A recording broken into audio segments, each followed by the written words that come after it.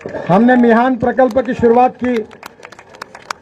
आज 68,000 युवाओं को मिहान में डायरेक्ट काम मिला है।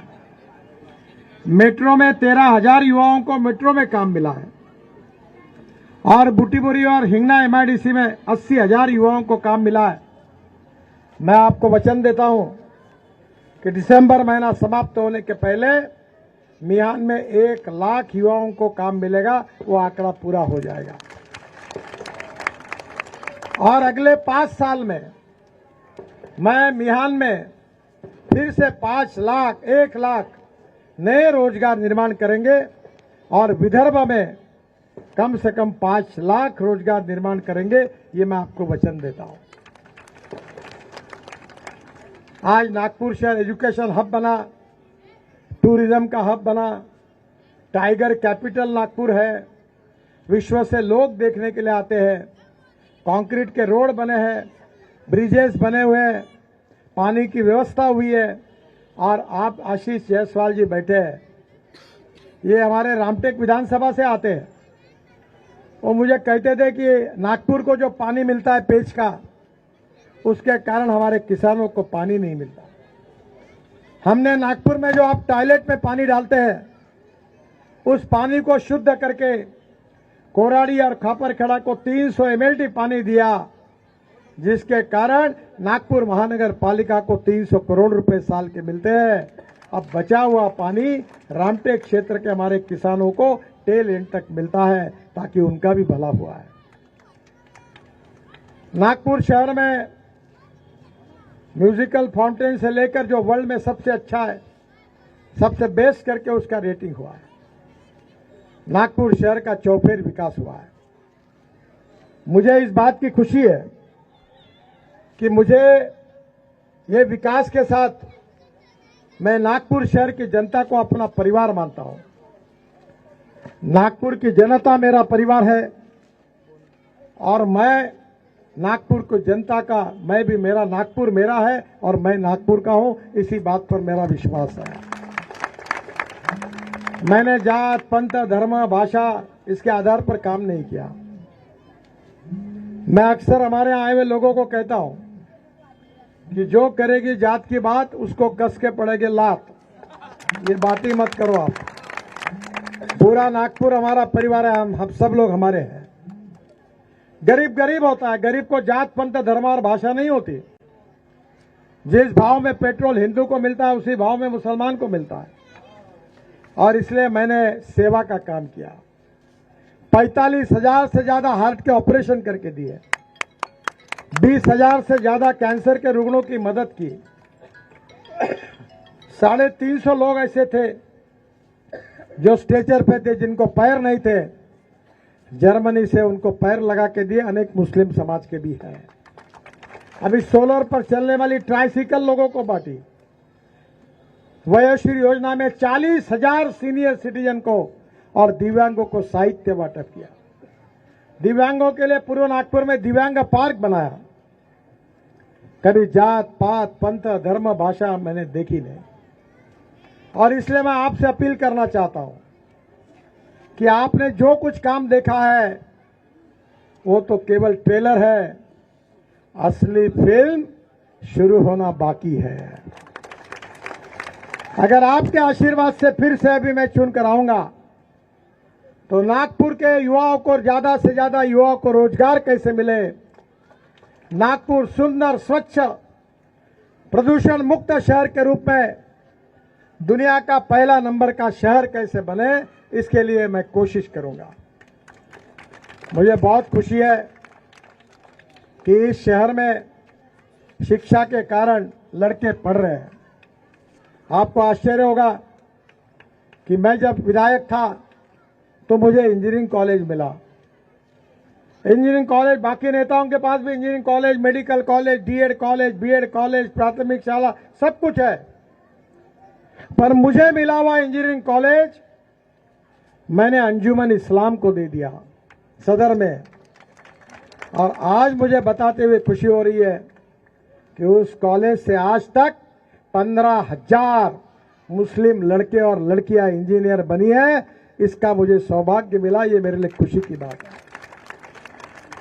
मैं बचपन में जब नागपुर में घूमता था तो साइकिल रिक्शा में बैठता था। तब साइकिल रिक्शा चलाने वाले दलित समाज और मुस्लिम समाज के टेका के ज्यादातर लोग रहते थे। मैं मंत्री बना और मैंने तय किया कि ये अमानवीय प्रथा, मानवीय शोषण की प्रथा है, इसको समाप्त करना है। आदमी आदमी को खींचता है। बंगाल में आदमी आदमी को रिक्शा जैसा खींचता था। मैंने ये प्रथा बंद करने का संकल्प किया और देश में मैकेनिक्स ड्रिवन ई रिक्शा लाई। और मुझे खुशी है कि जो 1 करोड़ लोग, जिसमें से 70 से 80% दलित और मुस्लिम समाज के थे, जिनका शोषण हो रहा था, उनको मुक्ति मिली। आज हमारी बहनें भी ई रिक्शा चला रही है और ई कार्ड चला रही है। 1 क्विंटल का माल उसके ऊपर जाता है। इनको मुक्ति देने का काम मैंने किया। ये मेरे जीवन का सबसे बड़ा काम है। कोविड का समय आया, ऑक्सीजन नहीं था। मैंने अनेक दवाखानों में ऑक्सीजन के प्लांट लगा के दिए। एम्स, मेयो, हमारे मेडिकल कॉलेज, अनेक प्राइवेट डॉक्टर को ऑक्सीजन के प्लांट लगा दिए। 500 वेंटिलेटर बांटे, पूरे विदर्भ में बांटे, ऑक्सीजन कॉन्सेंट्रेटर बांटे। और जब ऑक्सीजन नहीं था तो हवाई जहाज लाया नागपुर में। हवाई जहाज में ट्रक डाला। हमारे प्यारे खान को जिम्मेदारी दी थी और वो ट्रक भुवनेश्वर और विशाखापट्टनम गए, वहां से ऑक्सीजन लेकर आए। और जब ऑक्सीजन आता था तो डॉक्टर बोलते थे कि अगर अभी 2 घंटे में नहीं आएगा तो लोगों की जान चली जाएगी। हमने ऑक्सीजन लाया, नागपुर शहर में नहीं, पूरे विदर्भ को ऑक्सीजन दिया और हजारों लोगों की जान बचाने का काम किया। कोई जात पंथ धर्म भाषा नहीं दी। चुनाव का टाइम आता है तो कांग्रेस के लोग नई नई बातें करते हैं। वो कहते हैं कि हम बाबा साहब का संविधान बदलने वाले हैं। अरे संविधान बदल ही नहीं सकता। केशवानंद भारती केस में सुप्रीम कोर्ट के 7 जजेस के सामने निर्णय आया है कि salient features of the constitution can not be change. जो मूलभूत तत्व है संविधान के, वो बदल नहीं सकते। लोकतंत्र, समाजवाद, धर्मनिरपेक्षता, fundamental right, freedom of speech, ये बदल ही नहीं सकते। पर कुछ कॉन्स्टिट्यूशनल अमेंडमेंट से कुछ कानून बदल सकते हैं। कांग्रेस ने 80 बार संविधान तोड़ने का पाप किया है और अब सभा में आकर हमारे खिलाफ आप में जहर डालकर दलित समाज को भड़का रहे और कह रहे कि ये भाजपा वालों को 400 सीटें मिलेगी तो संविधान बदल देंगे। बहनों और भाइयों, दीक्षा भूमि का काम पूरा मेरे समय मैंने पूरा किया। बाबा साहेब अंबेडकर का म्यूजियम चिचोली का, उसको हमने पैसे दिए। माता कचेरी की जगह दी। ड्रैगन टेम्पल को 200 करोड़ दिए। और सबसे बड़ी बात, भगवान गौतम बुद्ध का जहां जन्म हुआ था, जहां उनको ज्ञान प्राप्त हुआ था, जहां उनका देहावसन हुआ था, ऐसे 5 जिलों को 22,000 करोड़ रुपए खर्चा करके मैंने बुद्ध सर्किट बनाया। कहा कि दुनिया के लोग भगवान गौतम बुद्ध का दर्शन लेने आते, उनकी सुविधा करके दी। ताजबाग का सौंदर्यीकरण किया।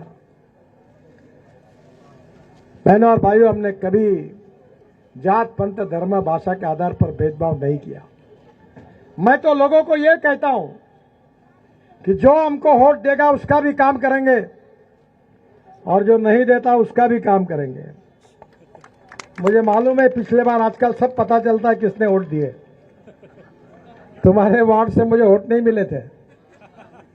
मैं चाहता तो कंक्रीट रोड नहीं बनाता, ये लाइट नहीं लगाता आपके यहां, पानी की पाइपलाइन नहीं डालता, पर मैंने ऐसा कभी नहीं किया। मैं आपको विश्वास दिलाना चाहता हूं कि जो वोट देगा उसका भी काम करूंगा, जो नहीं देगा उसका भी काम करूंगा, क्योंकि आपका अधिकार है।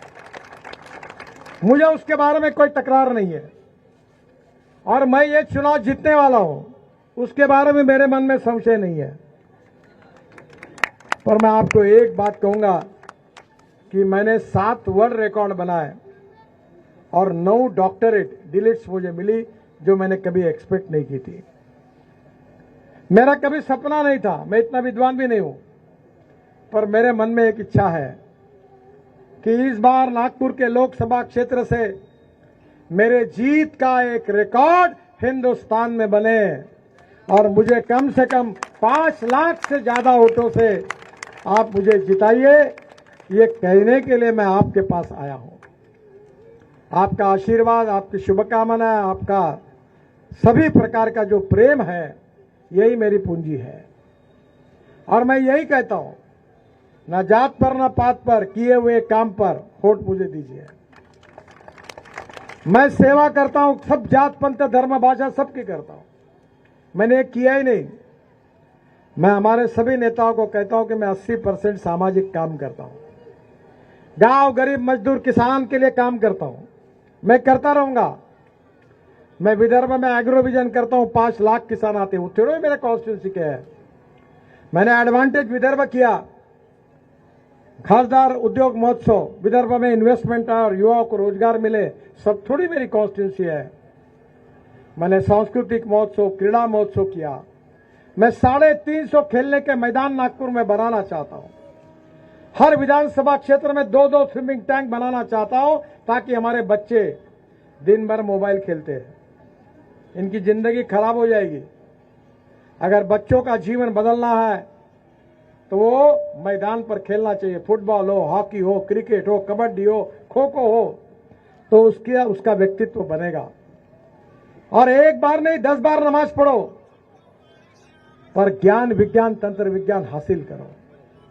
क्या मुस्लिम समाज के लड़के लड़कियों ने IAS ऑफिसर नहीं बनना चाहिए? क्या मुस्लिम समाज के लड़के लड़कियों ने पुलिस ऑफिसर नहीं बनना चाहिए? क्या उद्योगपति नहीं बनने चाहिए? 60 साल में कांग्रेस ने क्या दिया? चाय की टपरी, पान ठेला, कबाड़ी का दुकान, ट्रक ड्राइवर, क्लीनर, इसके अलावा कोई धंधा दिया? और वही सांप्रदायिकता का पॉइजन डाल डाल के भड़काने का काम करते हैं। मुझे बताइए कि मैंने इंजीनियरिंग कॉलेज दिया तो 15,000 मुस्लिम लड़के और लड़कियां इंजीनियर बनी, अगर मैं नहीं देता तो क्या होता? मैं मोमिनपुरा में कामठी रोड को जोड़ने वाला ब्रिज बना रहा हूं, तो मेरे कार्यकर्ता है बोले यहां कोई होटी नहीं मिले तुमको, ब्रिज क्यों बनाते हो? इसके बजाय दूसरी जगह बनाओ, फायदा होगा। मैंने कहा अरे भैया, जिसने वोट दिया उसका भी भला, नहीं दिया उसका भी भला, ये राजनीति हमको नहीं करना है। और इसलिए आप मेरे पर विश्वास रखिए, आपका सर्वांगीण विकास और उन्नति के लिए मैं कटिबद्ध हूं।